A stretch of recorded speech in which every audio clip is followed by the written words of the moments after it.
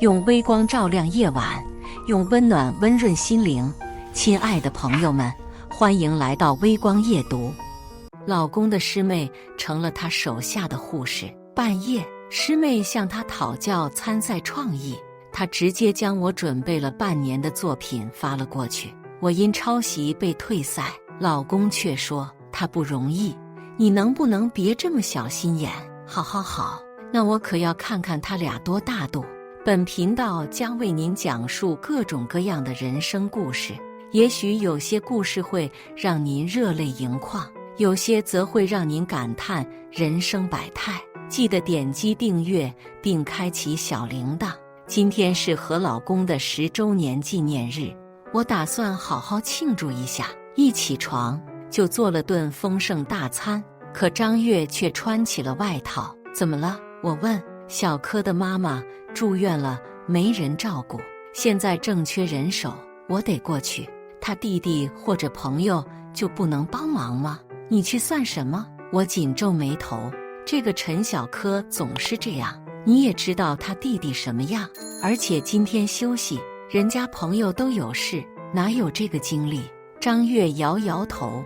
你还知道今天好不容易休息，10周年你是不是不过了？张月听了反倒生了火气，你能不能别这么小气？我是医护，跟平常人能一样吗？再说咱们老夫老妻的也不讲究这个了。行，不过了。我冷下脸。张月一看连忙过来哄我，如你先别闹行吗？小柯开口求我了，你叫我怎么拒绝呢？他动之以情，晓之以理，不忍见他这副模样。我叹了口气，希望陈小柯的妈妈赶紧痊愈。这种日子我巴不得赶紧过去。你把饭菜打包了吧？我只能软了口气，希望他别辜负了我的心意。一切收拾好后，原本的好心情已经荡然无存，我只能无所事事地刷起了手机。老公将我做的饭菜发了朋友圈，配文：世界上最好的老婆。我微微一笑，心中渐暖。这个大直男还挺会。心中的郁气刚减少些许，我就又发现了不对劲。这张图右上角有一只戴着小熊手链的手，分明是陈小柯的。我紧皱眉头，他妈生病，他也是护士，既然他都去了，还叫我老公干什么？他妈难不成体重惊人，必须2人联手才行？我的第六感一向很准，于是我拨通了张月的电话，响了半天才接起。喂，老婆。我长舒一口气，陈小柯也在。张月听了沉默一瞬，却还是说了谎，没有，他早上来看一眼就走了。可我分明听见话筒另一边传来年轻女性的笑声。张月似乎是也意识到了不妥，找了机会匆匆挂断了电话。我咬紧牙关，将手机狠狠摔在沙发上，生闷气到半夜。他终于是回来了，一进门就献宝似的拿出一块甜品。老婆，累了吧？快尝尝。我瞥了一眼，是年轻女孩会喜欢的玩意儿，上面还带着小熊的图案。我紧皱眉头，没说话。吃吧，老婆，这是晚上小柯特意给你买的。他拉着我说了一通好话，今天他一直在是不是？我没接，盯着他的眼睛。果然他有些心虚，小柯怕你知道误会了，就没让我说。什么叫我误会？你看你这不就是误会了？张月又提高音量，我是不是给你脸了？张月，我猛地站起身来，他闻声没来哄我，反而语含讽刺，你愿意怎么想就怎么想吧，小心眼。砰的一声关门，将我们隔绝在2个世界。这件事开始注定我们无法安生了。那块甜品，我将其丢入垃圾桶里，这分明就是挑衅。我和老公分别是2家医院的医护，因为工作原因聚少离多，明明住一块，1个月见面的时间加起来却不足2天，又加上婚后各种原因没要孩子，这些年的感情更是越来越差。而这位大名鼎鼎的陈小柯，是我老公的师妹，也是他如今的直系下属。自半年前他入职以来，二人的关系便变得愈发密切起来。起初还是朋友之间的互帮互助，可自从上次张月借钱给他，一切就变味了。我质问过他，开诚布公地谈论过此事。他说他俩认识很多年了，曾经他考上大学，顾及不到家里，是在当地的陈小柯搭手照顾他如今已逝的父母。行了，这样的情谊我是无法给他割舍了，暂时无心理会此事。我全心准备即将到来的全国医护大赛，为了在今年的全国医护知识竞赛上拔得头筹，我熬了半个月的大夜。比赛前，院长拍着我的肩膀说：“小周啊，这次你的参赛作品我看了，肯定能获奖。等你得胜归来，西区护士长的位置就是你的了。”我妈得知此事，也为我打气。你爸过世前就想得这个奖，你一定要加油呀！到时妈给你奖励。闻言，我信心满满，已经迫不及待幻想往后的美好生活。结果谁成想，比赛当天，我刚讲没2句，就被评委判定参赛作品抄袭，强制退赛了。我不明白，这是我呕心沥血干出来的，怎么会被判为抄袭呢？直到组委会的详细判罚文件下来，我这才傻了眼。我的创意以及参赛 PPT 和本次获奖的第2名几乎完全雷同，而那个第2名，我恰好认识，陈小柯，我老公师妹的名字。我和张月的感情越来越差，自那以后已经到了分房睡的地步。但有句老话，不是说一日夫妻百日恩，所以我一直觉得，就算将来我们俩真的要散了，也该是好聚好散。但我怎么也没有想到，那个人模狗样的东西，有一天会拿我的职业生涯去哄他那不清不楚的小师妹开心。好，很好，既然张月这么玩，那就别怪我无情无义。我回到家，径直来到书房，因为我们2人的习惯，微信一直是自动登录，同步聊天记录的。果然，在置顶的背影头像的聊天框中，我一眼就看到了那个用我作品获奖的第2名。月哥，这个怎么办呀？人家有点不太会弄呢。哭哭哭你大爷，还哭哭，死绿茶。小柯，你应该用动画的展示方法，先这样再那样。呵，说的那么详细，就差直接把我的 PPT 给这个小贱人发过去了。哎呀，你说的那么详细，不拿奖都对不起你了。聊天记录中，我老公判若两人，好似摇身一变成了医学大拿，挥挥手便指点江山。而那位小护士更是懂得如何满足男人的虚荣心，一口一个月哥你好厉害，时不时发点可怜猫猫表情包，搞得张月早就分不清东南西北，什么学科机密全在他不断膨胀的私心中透露个底朝天。看着2人暧昧的言语，我知道张月早就将我背叛了个彻底，但仅凭眼下的聊天记录，我既不能把偷我东西的小绿茶送进监狱，也没法让张月成为婚姻中明显有过错的一方。我得想办法找点更有用的证据。周如，你怎么偷翻我电脑？张月顶着一头鸡窝出来，见我在电脑前，心虚地冲我大喊：我不翻怎么知道你和你的亲师妹偷了我的比赛成果呢？我气得脑仁生疼，他怎么有脸跟我喊的？什么偷？记录里我可没把你的 PPT 发给他。张月抱着肩膀，好似早就想出了说辞，发没发我都会调查出来的，你俩就等着吧。我的心底一沉，预感这件事没有看上去那么简单。周如，你怎么变得这么不可理喻？我真不明白，我指点一下学妹，怎么就要了你的命了？我最佩服张月这点，即便被我抓到搞暧昧，他还是能舔个脸，不断狡辩。我知道，除非把证据甩到他脸上，否则他就是不见棺材不落泪。你明明知道这次比赛对我有多重要的，就你还指点下属。张月，你会做 PPT 吗？你就指点，你的 PPT 全是我做的，你拿什么指点？越说我越委屈，险些落下泪来。想起这么多天我辛苦熬的大夜，我妈和离世父亲的期盼，还有院长的许诺，我做的这么多努力，费了那么多心血，他是怎么做到挥挥手就能拱手让人的？见骂不过我，他突然软了口气。老婆，我没做任何对不起你的事，你想想，即便我们结婚10年，你都没孩子，我也很爱你啊。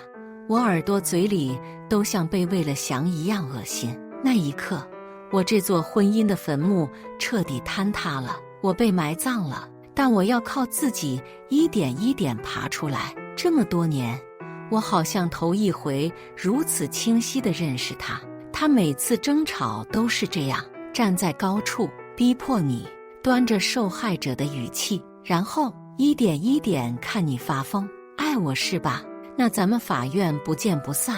看着张月阴狠的神情，我即刻搬离了这个家，坐在车上，我的心疼的麻木，满腔怒火将我灼烧。这对狗男女敢玩到我头上，我势必要让他们付出惨痛的代价。呸！这个死渣男，岁数那么大，还整这些不三不四的，你搬什么？怎么不让他搬出来？我的闺蜜邓爽得知此事，气得破口大骂。我捂着胀痛的脑袋，我如今没有有力证据，担心他在背后搞事。要我说，你当初就不该听那群7大姑8大姨的撺掇，好话赖话让他们全说了，苦还不是你自己受着。邓爽掐腰怒骂，将我的思绪拉回那一天。10年前，我的父亲去灾区救人，意外离世，妈妈内向软弱，而我大龄未婚，家里没有主话人，就这样被个路亲戚撺掇着，稀里糊涂地嫁给了忙前忙后的张月。他比我大了5岁，无父无母，但他与我父亲是相同职业，我便对他有天然的好感。再者，他就像是有预知功能一样，知道我所有的喜好是以。我俩相处了一段时间，便闪婚。10年来，虽是争吵不断，但我们到底还是有些感情的。我怎么也没想到，他会在我这正重要的时候，背后捅我一刀。哦，对了，你昨天凌晨给我发了句号，是什么意思？我哄孩子时候看着的，没回你。邓爽声音响起，让我登时清醒。什么？我没发呀！我刚凑过去，就看到他手机上面弹出一条热门短视频推荐：全国医护大赛参赛者抄袭，被退赛后恼羞成怒，辱骂丈夫，造其同事黄瑶。我很爱他，结婚之后怕他受屈，我什么都不让他做。这次也是我答应他得奖会给他2万块钱，没想到他竟出此下策。镜头里，张月泪如雨下，仿佛遭受了天大的委屈。听到他的话，我气得火冒3丈。奖励是我妈答应的，怎么成了他炫耀的资本了？画面里偷我作品的陈小柯更是眼眶通红。我只是张月哥的学妹，没有特殊关系。周如女士抄袭我的作品被退赛，就恼羞成怒造我谣。虽然她的行为很恶劣，但我原谅她，因为我知道她父亲过世前能力不行，还想拿这个奖。她想证明自己，绝对不是想拿那2万块钱才出此下策的。听到这话，我几乎失去理智，想要捅死他俩。这一刻，我无法为自己委屈。我父亲可是救人离世的，竟然让他们说成了这样。2人哭诉完，后面承接一段录音：你和你学妹用 TM 指点，你还包2奶。老婆，我没做任何对不起你的事，我很爱你，你的工资养活自己都费劲。里面是前几日我和张月吵架的声音，但全部做了剪辑处理。只凭这段录音来看，他是个纯爱战士，而我则是个有精神疾病的泼妇。我去，爹不行，女儿也不行，一家子没个好玩意。虽然我是个女的，但我这次要挺男方。周如是个雌竞女，看人小护士，年轻貌美，自己人老珠黄，还生不出来，懂的都懂。30岁女人如狼似虎，说出这种话也怪不得她。联系哥哥，网友们的留言不堪入目，甚至有人在评论区引导披露我的个人信息。不多时，我从小到大发生的事被翻了个底朝天，还有几个当事人现身说法。邓爽和我20几年交情，虽然各自结婚有家庭，但我们感情深厚，时常来往，自然是知道我的一切底细。我俩抱在一起，气得嚎啕大哭。我怎么也没想到，有一天网暴会发生在自己身上，而始作俑者是2个混淆是非的贱人。自新闻大火之后，我的电话被打爆，院长也找我谈话，含蓄隐晦地让我自主离职。院长，我给你看过那个 PPT， 你还说能得奖的。我有些心寒，还心存希望地看着他。你这说的什么话？你抄袭人家第2名的作品，当然能得奖了。周如，这件事太恶劣，影响太不好了，你抓紧自己走。我这下彻底失业了。网络的力量竟然真能混淆黑白，颠倒是非。担心我的状态，邓爽特地搬过来和我一起住。如，我们现在把真相发出去，澄清一下就好了。他在厨房忙活了半天，一出来就开始劝我，爽子，对于网上的人来说，真相不重要，他们只想相信自己想相信的。那些猎奇的炸裂的事，我如今已经恢复了理智。以他录音的行为，怕是早就想到了这一茬。我不能走进他的圈套里。那你就打算这么受着？他拿出一瓶可乐，砰的一声放到我面前，恨铁不成钢的样子，像是他也是受害者。他都那样了，你不能还恋爱脑呢吧？我翻了个白眼，怎么可能？人一辈子眼瞎一次已经够呛了，只是如今我没办法诉说真相，只会陷入自证陷阱。我真服了，他俩不是偷你的文件了吗？聊天记录也是证据啊。邓爽摇着我的肩膀，那时候好像又回到了我们的少女时代，没有被家庭拖累得如此狼狈。我取证的时候备份了他的聊天记录，他并没有发过我的文件。我向他解释着，怎么会没有？他听了这话愣在原地，难道就得生生吃了这个哑巴亏吗？等等，他话锋一转，我俩对视一眼，想起那个我从未发过的句号。用电脑导出我所有记录后，我无比庆幸他心细提到了这个句号，这应该是张月使用我账号时手误发的。我在众多聊天记录中终于找到了那个我恨之入骨的背影头像。张月这个贱人居然是用我的账号发的 PPT。 月哥你真好，这样人家就不用自己做了。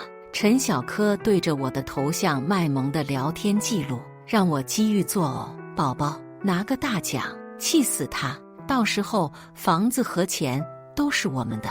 张月耐心地哄着他，俩人用我的心血好一顿歌颂他们的爱情。我气得全身发抖。如今看来，偷作品、污蔑网暴我都是他们的阴谋。我记录所有证据，打包全发给了律师，这下铁证如山，张月和陈小柯再也翻不出什么浪花了。起初我是打算尽快离婚，但如今发现了他们更深的阴谋。我发觉之前想的手段太轻了，还是让这场暴风雨更猛烈一些吧。家丑必须要外扬。到了医院，我没声张，避着人群来到张月的办公室。月哥，网上热度是不是要下去了吗？陈小柯的撒娇声隐隐约约地传了出来。这就是清白关系吗？真是当面一套背地一套。我摸出了手机，小心翼翼地贴在门缝处。是，听说他状态还行。张月的声音压得很低。啊，那会不会有变故？人家好怕。陈小柯情绪低落，张月连声哄他。我毫不怀疑，若不是办公室不隔音，二人指不定要发生什么炸裂事。她是你老婆，你不会心软吧？我的小柯柯，你说什么呢？到时候拿了钱，我肯定娶你，你才是我老婆。张月恶心的声音不断传出，我听了有些干呕，真不知道这小姑娘到底图他什么。她40多岁了，过几年50，到时身上都要有老人味儿了。她对我这副嘴脸，难不成对她就不会吗？非得去淌这趟浑水做些什么？收了手机，我猛地开门，径直冲向张月，特意做的尖指甲猛刮她的脸。哎呀，疯子！张月疼得龇牙咧嘴，我不给她呼吸的机会，扯着陈小柯的头发，将二人打作一团。惊呼声很快吸引众多人围观。张月本想还手，但众目睽睽下，他还得以受害者的身份自居。你这个老婆，你为什么总是不能好好说话，非要打人？他捂着脸，狼狈不堪地演着好男人。是啊，一冲进来就薅我头发，好吓人。姐姐，我不介意你之前偷我的参赛作品，也不告你，求你别再欺负月哥了，和他和好吧。陈小柯委委屈屈地落泪，看着好不可怜。他俩演得来劲，周围人见了我也议论纷纷。这就是张月老婆，抄袭被退赛那个，真是泼妇，自己年纪大了就嫉妒别的小姑娘。好事者已经举起了手机，陈小柯冲我得意地笑笑。张月扑通一声跪在我面前，老婆，别闹了，我求求你了，不要打我，也不要打别人。我狂扇他几10个巴掌，他的神色变了又变，但还是没有起身。顿时我心中嘲讽不已，为了那破房子不过10几万，他是真能屈能伸。陈小柯在一旁心疼不已，我冲他笑笑，不如我先收点利息。行呀，让他给我打几巴掌，我就原谅你。我本来想当场放出录音的，但我现在不打算这么做了。啊，张月顿时哽住了。陈小柯倒是反应快，姐姐，如果打我能让你消气，能让你和月哥幸福的话，你就尽情打吧，这可是他自己要求的。别！张月赶忙拦下我，怎么，当事人都愿意了，你舍不得？我瞥他一眼，这么多人看着，他只能吃下这个亏。我按着楚楚可怜的陈小柯，想起了他如何辱骂我父亲，践踏我的心血，怒气冲天，下手毫不留情。他哭成了泪人，脸成了猪头，却还是阻拦张月上前帮忙。不得不说，他和张月还真是合适，都能为了蝇头小利做到这种地步。手麻了，但这只是利息。我知道我的事件很快就能又火一把了，但是我并不在意，甚至我今日来这儿一趟，就是抱着这个目的。事件蔓延得越厉害越好，狗男女越得意越好，毕竟捧得不高，摔得不疼。咨询律师，保存好离婚证据和评论区造谣网友的区块链证据后，我接到了母亲的电话。如，妈妈看了网上的话，你可别放在心上，妈妈去替你说。她一向软弱，是以我不敢和她说这件事，可没想到她居然是这样的反应。顺势我向她说了房子的事，我妈沉默半晌，说出了原因。原来是几个月前，张月陪我回了趟家，听见说这一片要拆迁改造，心思就活络起来。我妈说这事传了好几年，拆迁款至少有几百万，但是没谱的是，我没接话。看张月那笃定的样子，他们八成是有渠道消息的。到家门口，我远远听见屋里有男人的声音：“你还敢带孩子来这？家不管了是不是？老子打死你！”随即就是碗具碎裂的声音和女人孩子的哭喊。竟然是邓爽的老公来了！我赶忙开门。我和邓爽20多年的交情，早就是亲姐妹了。我不可能看她受伤害，袖手旁观。住手！我报警了。邓爽老公一愣，让她钻空子脱离了前置。我护着她和孩子藏到身后。疯婆娘，你还敢报警？老子打自己老婆，天经地义。其名酒气熏熏，与平日里斯文的模样判若两人。王八蛋，外面工作不顺，就总拿我们娘俩出气。我要离婚。邓爽满脸泪痕，她为了护住孩子，全身都是伤。我了解她，这绝不是气话。离婚？你个生不出儿子的二手货，又没工作，没我你是个屁！齐明猛地摔碎酒瓶子，竟然还想动手。还好警方及时赶到。邓爽虽然人娇小，气性却很大，打算验伤后就去申请离婚。我陪她去的医院，竟撞见了陈小科，他在妇产科做检查。我偷偷拍了个照，留了心眼。等待邓爽离婚开庭前，他和朵朵暂时住在我家，哄睡朵朵后，我们低声聊着天。自从我生下女儿后，他和他妈就对我脸不是脸，鼻子不是鼻子的。之前都是冷暴力，这次是他头回动手，但是我绝不会原谅他。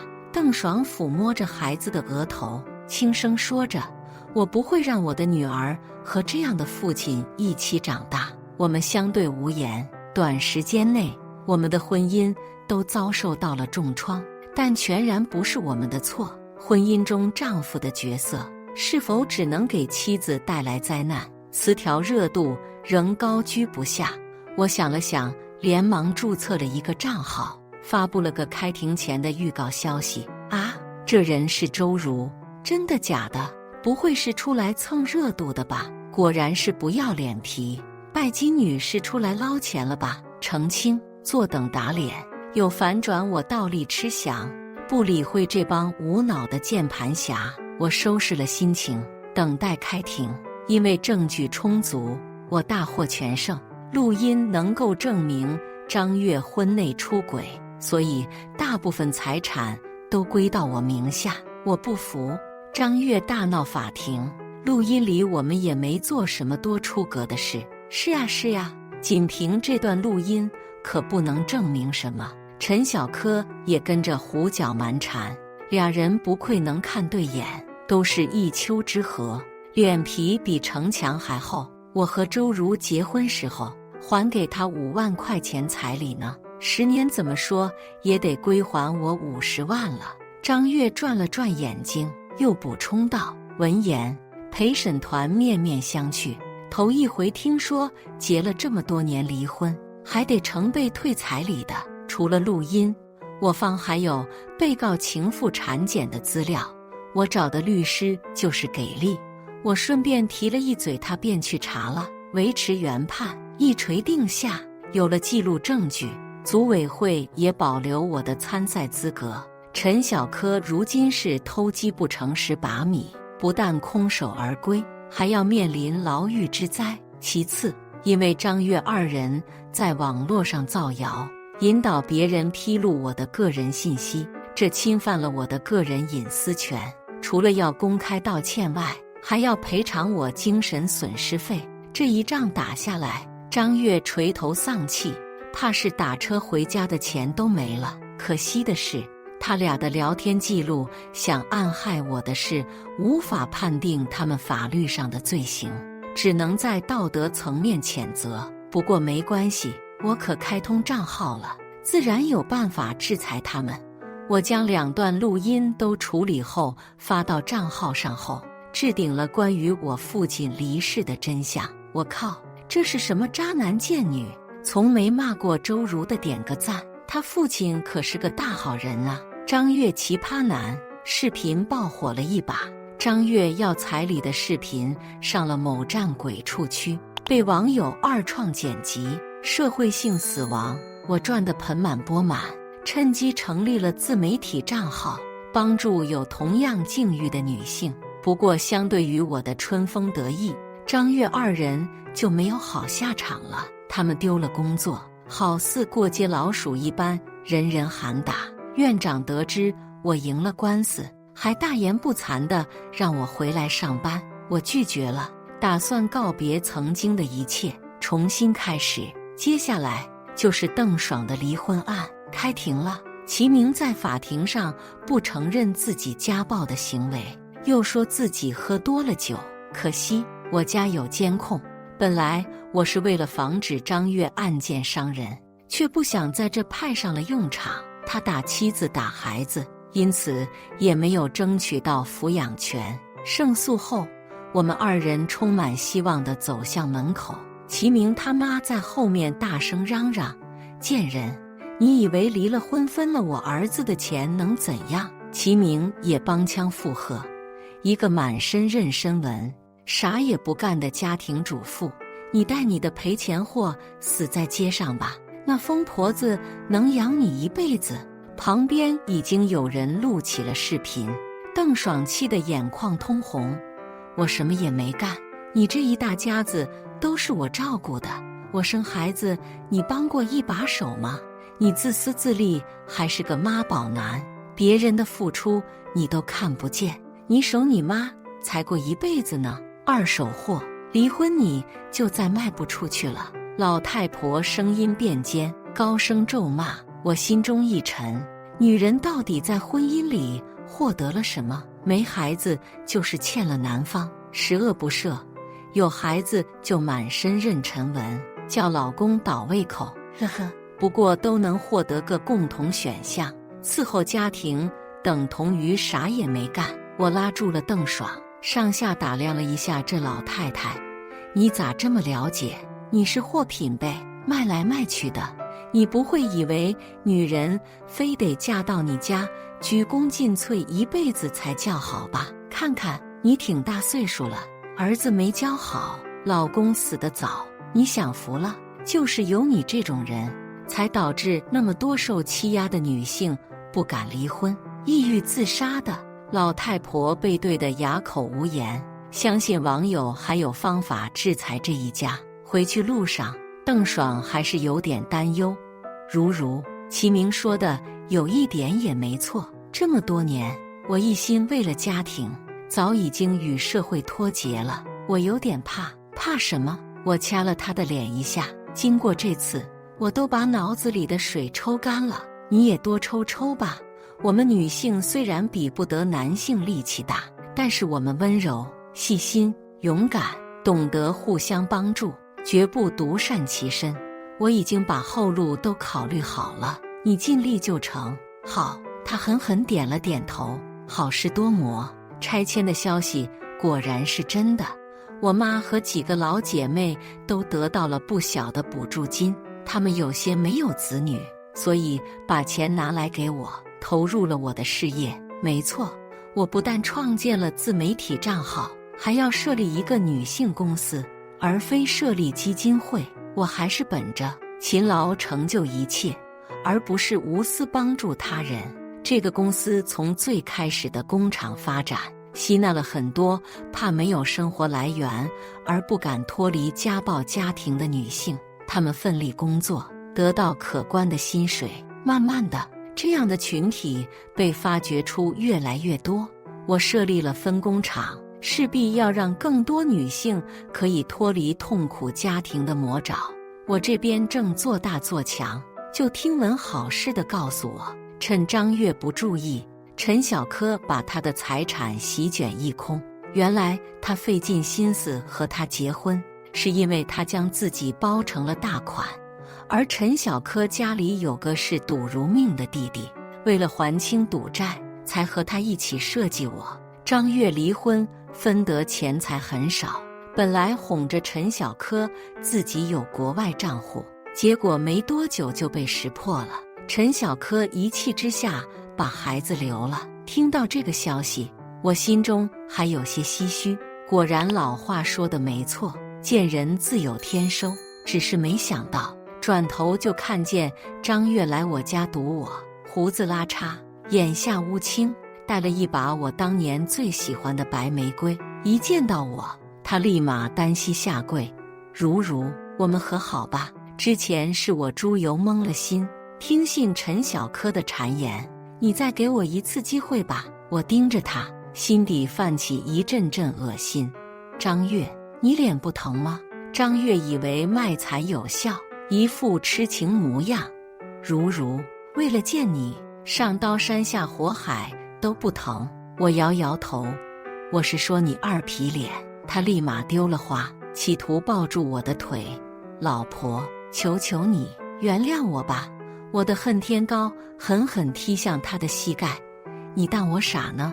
我是当初脑子进水才会和你结婚，不是进了大海了，这时候还不清醒。不过我倒是庆幸有这一出，让我过得更好了。我报了警，以骚扰的名义又给张月送进去待了7天。他想得到美，还想卖惨获得同情，却忘了之前他利用舆论时候的下场了。真是好了伤疤忘了疼。本来我以为这已经是事情的结尾了，可没想到没过2天，我竟又被陈小柯堵住了。他泪眼朦胧地跪在我面前，求我给他个工作的地方。我盯着他半晌，拒绝了。为什么？周如，你一副救世主的模样，你就得了别人，就不能救我吗？他捂着头，边哭边举起了手机。我帮助别人的话，会听听他们的情况，你呢？我看着他，无语至极。这个世道，谁举手机谁有理了是吧？我家重男轻女很厉害，父母每天都打我，我弟弟总是去赌钱，他们总是逼我做我不想做的事。他好似抓到了救命稻草，哭嚎着。你还没说完。我摇摇头。什么？他眼中全是不解。你破坏我的家庭，和张月联合起来害我，贪图我的家产。我贴心为他补充着。你说这些都是过去的事了，再说你也没怎么样啊，难道我就犯了这次错，你就可以不帮我了吗？他有些慌乱，又开始道德绑架。不，只是在你这里过去了。你没有想到，如果我真的承受不住网暴，自杀身亡呢？我的场子只接纳正常的女性，而非你这种打着新时代女性的名义去害人的家伙。哦，对了，你之前以怀孕之名逃脱法律制裁，听说你把孩子打了，欠下的债得还了。我贴心地为他拨打帽子叔叔的电话。我不是圣母，绝对原谅不了曾抱着想杀死我心态的陈小柯。好走不送。听说多日后，他出狱又和张月搅到了一起，俩人迷上了赌，负债几百万后躲到外地去了。相信未来几十年他们都不会消停了。这下我终于输送出积压已久的玉器，总算没辜负自己的努力。